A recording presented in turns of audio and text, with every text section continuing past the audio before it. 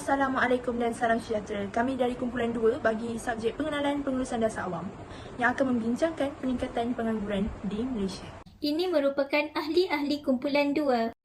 Pada baru-baru ini, Malaysia dikejutkan dengan pelbagai berita yang duka, antaranya penemuan penyakit baharu iaitu COVID-19 yang berjangkit dan membawa kematian. Tentu sahaja masalah ini menimbulkan kerisauan orang ramai dan kerajaan telah melaksanakan sekatan dan kuarantin di rumah, serta menutup semua sektor ekonomi, menyebabkan orang ramai terpaksa menanggung rugi serta diberhentikan kerja. Selain daripada itu, lepasan ijazah juga terpaksa menganggur akibat kurang berpengalaman dalam bidang yang dipilih.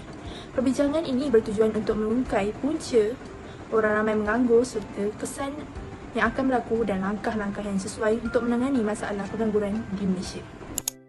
Seterusnya, terdapat beberapa punca berlakunya pengangguran. Punca berlakunya pengangguran yang pertama ialah masalah kerelevanan khusus yang diikuti di universiti. Kebanyakan kursus yang ditawarkan oleh pihak universiti tidak sesuai mengikut bidang kerja. Bidang sastera terlalu ramai berbanding bidang yang diperlukan seperti bidang sains dan perubatan. Punca yang kedua ialah kadar gaji yang diberikan rendah.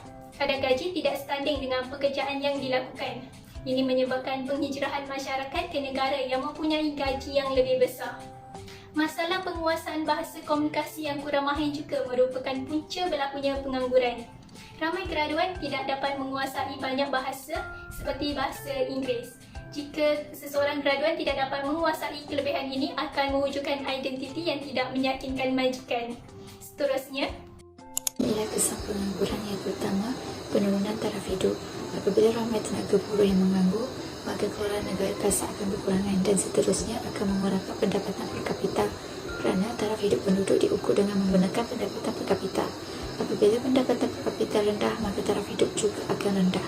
Yang kedua, pertambahan kadar kemiskinan. Pengangguran tinggi akan meningkatkan perbelanjaan kerajaan kerana terpaksa menanggung perbelanjaan yang besar bagi membasmi kemiskinan. Hal ini kerana kerajaan terpaksa merancang beberapa program untuk mengatasi masalah kemiskinan. Yang terakhir ialah pembangunan negara perlahan. Hal ini kerana apabila infrastruktur di dalam sesebuah negara tidak dapat dibangunkan untuk tujuan pembangunan negara kerana pendapatan negara yang tidak mencukupi untuk dibelanjakan ke arah pembangunan infrastruktur. Seterusnya ialah langkah atasi masalah pengangguran. Yang pertama, kerajaan mengawal bekalan wang dan kadar bunga.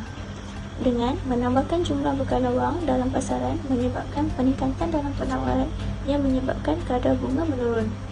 Apabila kadar bunga menurun menyebabkan kos pinjaman jatuh dan sekaligus pengusaha akan meningkatkan pelaburan.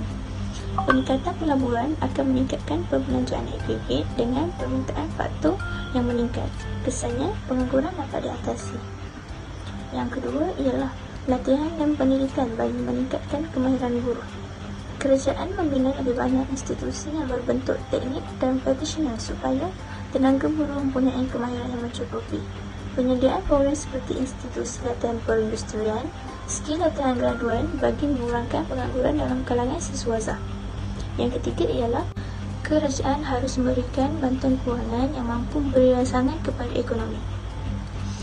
Bantuan kewangan ini perlulah besar, yakni menelan bilion ringgit supaya lebih banyak projek pembangunan dijalankan secara serentak.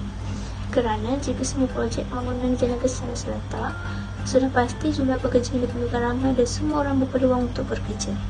Pakej kewangan ini hendaklah diuruskan oleh kerajaan dengan bijak melalui pemilihan projek ekonomi yang boleh mencampurkan lebih banyak aktiviti ekonomi sampingan seperti ekonomi berasaskan teknologi dan pendidikan tinggi.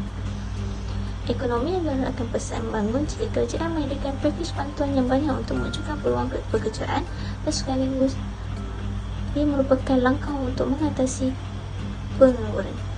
Jelaslah bahawa kesemua badan yang terlibat di atas telah mengurangkan pengangguran dan kesan serta akibat yang akan ditanggung oleh orang ramai.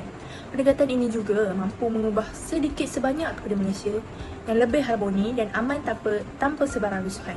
Pelbagai sektor ditubuhkan bagi mengekang kesesakan hidup rakyat Malaysia dan membantu mereka yang memerlukan. Kami berharap agar rakyat Malaysia sentiasa mengekalkan semangat dan kesepakatan dalam kehidupan dan kerajaan terus-menerus menunjukkan usaha untuk membantu para lepas siswazah ini untuk mengurangkan pengangguran di Malaysia.